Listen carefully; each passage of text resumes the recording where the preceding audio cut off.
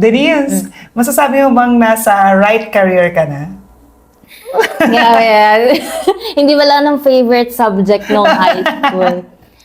Pero I can say po na, opo, dahil ito yung career na pinili ko. May ownership.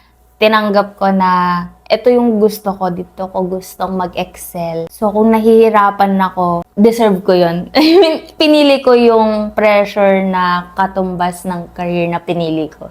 Paano mo sasabing ito na talaga yung career? Meron ka bang checklist para masabi na dito ka mag-excel, ganyan? Okay. Meron ka bang gano'n nung nag-start kang pumunta dito sa AAE? So, about dyan, subscriber kasi ako ni James Clear, yung author ng Atomic Habits. Oo, ganda Subscriber ako nung newsletter niya. And hindi ko makakalimutan, years ago na, meron siyang, may 4 questions na dapat daw i-consider tayo to assess if yung career path ay gusto natin and para sa atin. Questions to ourselves, ha.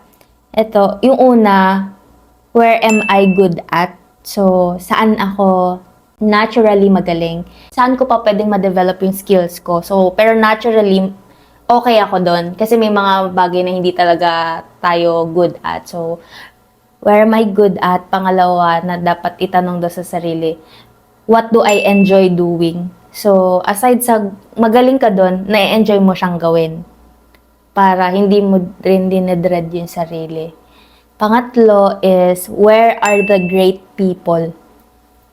So, magaling ka sa ginagawa mo, gusto mo siya, tapos you're surrounded with great people na nai-inspire ka. And pang-apat, where can I earn good money? Wow!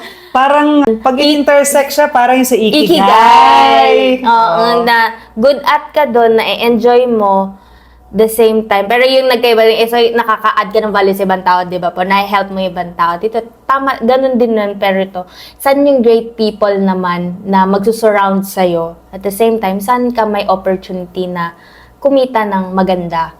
So, lagi ko siyang natatandaan at lagi ko siyang kino-consider sa times na alam ko kailangan ko mag-decide kasi may time na marami akong ginagawa. So, ayun.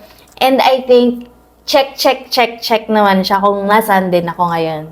Ano pa rin, syempre nagtatrain pa rin, and dine-develop ko pa rin yung skills ko, I'm getting better naman. Pero nag-e-enjoy ako sa ginagawa ko. At the same time, I'm surrounded by great people, like Starbright talaga, sobrang nilolook up ko po yung mga nabutan ko ring advisor dito, tapos hanggang ngayon nandito pa rin.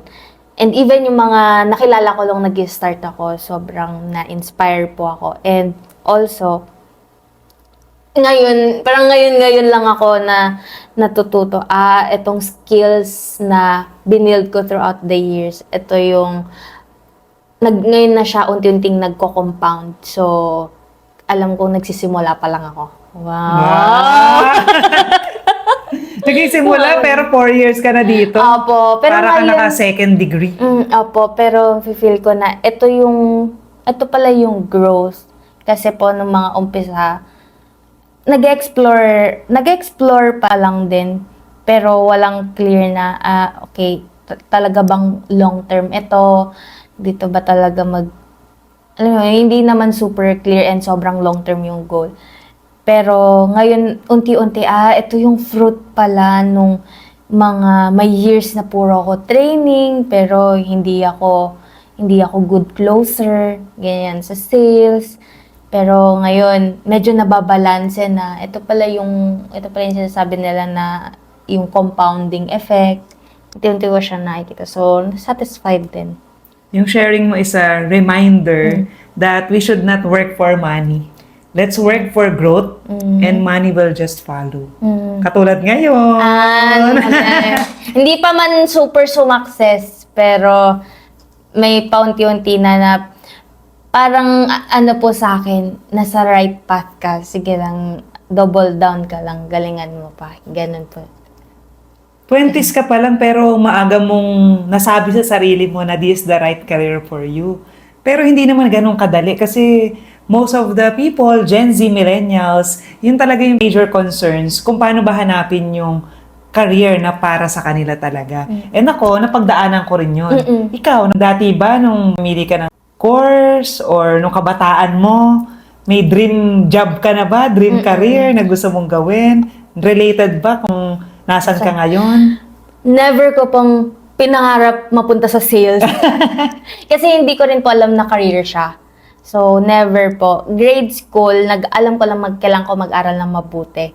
And nakikinig-kinig lang ako na may time na sobrang in-demand yung nursing, naging in-demand yung mga accountant, naging in-demand yung ganyan-ganyan. So, yun pala yung mga possible na trabaho. Doon ako nagkaka-idea, yun pala yung mga kinukuhang kurso, doon pala yung magiging trabaho ko pag lumaki ako. Kaya pa iba-iba per year. Gusto ko maging teacher, maging CPA, naririnig ko lang siya. Tapos po, nung high school, grade school and high school, nagkaroon ako ng experience sa campus journalism. Doon ko naging may gift pala ako sa writing.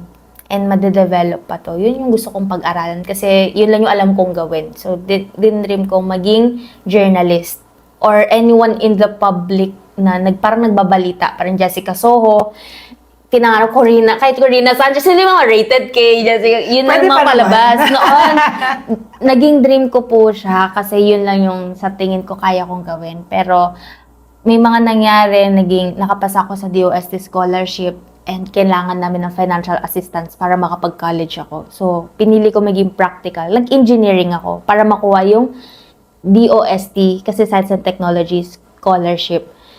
So, naging scholar ng bayan and tinapos ko po yung 5 years. Ako naman po, pag nag-decide, diba, halimbawa, nag-decide na ako, ito yung gagawin ko, no turning back na ako. Hindi na ako, what if nag-journalism ako, what if, wala na akong ganun. Pag ito na yung pinag-desisyonan ko, alam ko may reason kung bakit ito yung the right decision for me to do. And I will make it the right decision. So, tinapos ko po yung 5 years ko. And, after na po nun, wala lang po nagsabi ng next. Alam ko lang magtatrabaho na. So, yun po, nagtrabaho po ako sa office. And nung real life na, real world na, wala na sa school, dun ko po unti-unti nakita, ito yung mga ayaw ko. Hindi ko po agad na figure out kung ano yung gusto ko. Pero, unti-unti kong nakikita, hindi to para sa akin. Hindi para sa akin yung 4 hours a day ako nasa biyahe. Ayoko siyang tanggapin na para yun sa akin, na wala akong choice. Yun po. So, sabi ko, ayoko ng 4 hours akong magbabiyahe, ayoko ng kailangan ko ipaalam kapag gusto kong magpahinga today or gusto ko na kitain yung friends ko today, ayoko kailangan ipaalam ko pa yun sa iba, tapos nasa approval pa ng ibang tao kung gagawin ko siya or hindi.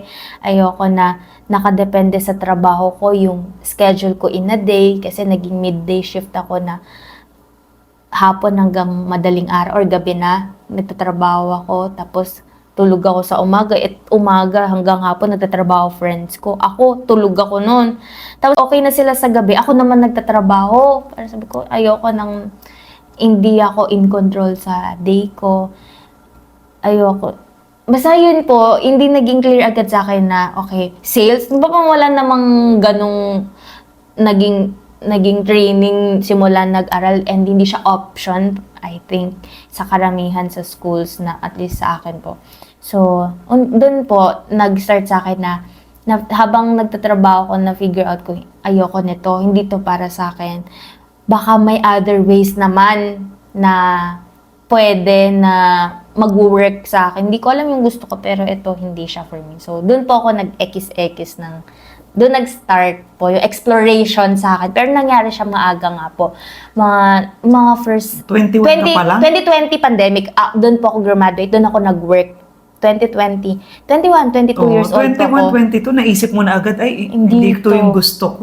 Ganyan ba talaga ang mga Gen Z? Or special ka lang na at a very young age, naisip mo na, ay, ito, hindi ko to gusto. Yung iba, still searching for the things that they want to do in life. Yung iba naman, alam nila, ayaw ito, pero hindi naman sila nag-leap of faith, just like what you did. Apo. Ikaw, ang aga-aga mo palang nakapag-decide ka agad na hindi ito. Opo, sa tingin ko po, okay, una, yung about sa thing ba siya ng Gen Z. Proud ako na sa tingin ko matalino talaga ang Gen Z. Kasi syempre maagang na-expose sa digital age, yung information, madali na lang, and nakikita namin yung possibilities ng mundo. So, yun nga po yung kwento ko sa first office na kung saan ako nagtrabaho. First week pa lang, first month, nafe-feel ko na hindi ako tatagal dito. Kasi hindi ito yung gusto ko. Pero may mga ka-work ako doon. 20 years na sila, 15 years na sila, and everyday galit sila. Everyday nakikita kong galit sila, nai-stress sila, pero inisip ko, bakit tinayaan nila na kung ganyan sila sa araw-araw, tapos 20 years na siya, ba't tinayaan nila na mangyari yan ng 20 years sa buhay nila? Kaya ako, first month pa lang, alam ko nang hindi ako para dito. Kasi yun, nalaman ko first job pala nila yun. Siguro, takot na rin sila mag-explore ng other things, so nagsettle na lang. Hindi ko pa alam yung story nila, pero para sa akin, sa tingin ko po, yung syempre, iba-iba naman tayo ng story, pinanghugutan. Pero yung Gen Z, in general, alam nila if this does not sit well with me. And minsan, maano na rin po, yun, matapang mag-create ng decision na, pero dun kami at a certain extent nag-iiba na yun sa tao na yun. Yung lakas ng loob na hindi to para sa akin. Hindi ko alam yung para sa akin, natatakot ako, pero sige, explore natin. Nasa tao na po sa tingin ko yun eh. Yung drive niya ba sa buhay, and siguro ako rin po as a person. And I think Gen Z in general, pag-uusapan po natin, like, naghahanap ng meaning sa ginagawa. And sa akin lang, gusto ko lang, hindi naman sa sobrang global impact dapat. Gusto ko lang aligned sa akin yung ginagawa ko na, okay, magpapakapagod ako, ibibigay ko yung heart dyan. Gusto ko man lang, fulfilling siya sa akin. Kasi kung hindi fulfilling sa akin, binibigay ko yung best ko. Alam kong burnout yung dead end niyan sa akin. And mas mahirap gumaling from burnout kesa harapin ko yung discomfort na hahanapin ko, sige, hindi ko alam ngayon, pero hahanapin ko, alin ba yung gusto ko i-explore na baka ito para sa akin. So, hinarap ko yon na yung uncertainty na feeling na hindi ko alam yung gusto ko. Pero sige, try natin tong iba't ibang mga bagay at an early age. So, yun, doon po yung nag-start na nag-try din ako ng online jobs, nag-VA ako, nag-copywriting ako kasi sabi ko, journalist ako nung school. So, kapag mag-freelance ako, mag-copywriting ako, ganon. Tapos, ayun po. Tapos, tinry ko rin to kasi interest ko yung about finance.